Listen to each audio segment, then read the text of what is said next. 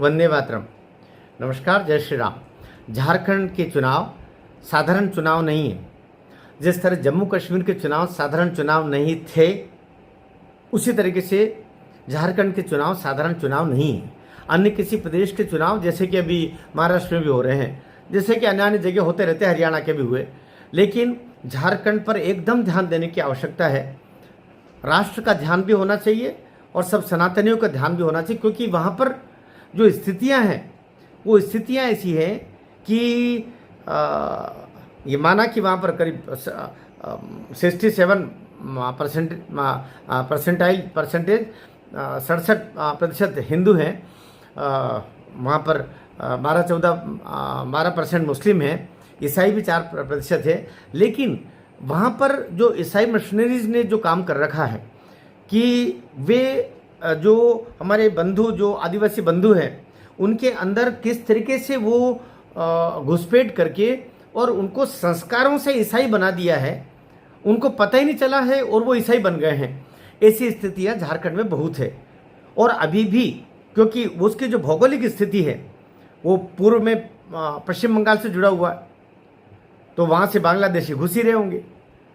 और इधर उत्तर प्रदेश का जो पश्चिमी हिस्सा वो है, पूर्वी हिस्सा पश्चिम बंगाल का, उड़ीसा का भी थोड़ा एक हिस्सा जुड़ा हुआ है, छत्तीसगढ़ का हिस्सा जुड़ा हुआ है। तो अभी एक ऐसा राज्य वो है जहाँ पर और पूरी 80% जनता गरीबी में कहीं न कहीं जूझ रही है। खेतीबाड़ी एकमात्र उसके पास में वहाँ की जनता का, साधारण हमारे आदिवासी बंधुओं का, यदि भी आदिवासी समाज वहाँ पर 26-27% ही है, बाकी दूसरे समाज भी है।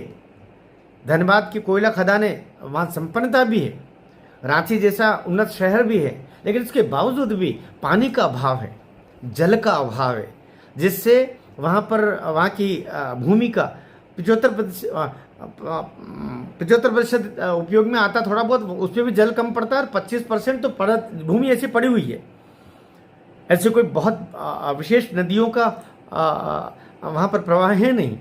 परिणाम यह है कि गरीबी बहुत है वहाँ है। जो कुछ है आसमान से उम्मीद नहीं है, धरती से उम्मीद है। धरती के नीचे जो कोयला निकलता है, जो खनिज पदार्थ है, उससे उम्मीद है। उसके लिए सरकार का और सबका सहयोग लग रहा है। वो उन्नति कर भी रहे हैं, लेकिन आधुनिक दृष्टिकोण से अभी वहाँ बहुत कुछ किया जाना है।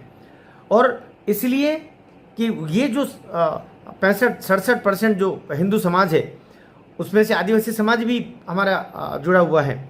आदिवासी समाज को बरगलाने के बहुत प्रयास वहाँ पर चल रहे हैं। मिशनरीज काम कर रही हैं, मुस्लिम काम कर रहे हैं, मुस्लिम समाज के जो लोग हैं वो काम कर रहे हैं, और साथ ही प्रलोभनों के द्वारा वहाँ की जो बालिकाओं का विवाह करके और इस तरीके से प्रकारांतर से उनका धर्मांतरण और उनके नाम से ज़मीन और बहुत सारे गोरखधंधे चल रहे हैं।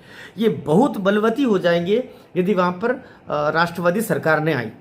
मैं कुछ नहीं कह रहा हूँ, किसको वोट दें वो जाने, लेकिन सरकार राष्ट्रवादी आए।